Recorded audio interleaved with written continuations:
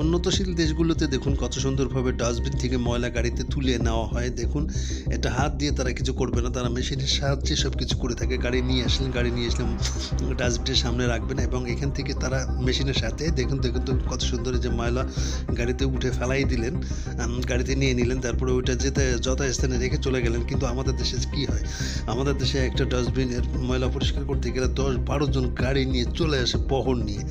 তারপরে অনেক রকম পায় তারা, ময়লা সে ধরবে না, নাক বন্ধ করে নাক বাঁধে, তারপর 2-3 জনে ধরে গাড়িতে উঠায় দেয়, সে অন্যরকম অবস্থা হয়ে থাকে। কিন্তু এখানে দেখুন এরা কি নিখুঁতভাবে কাজগুলো করে থাকে।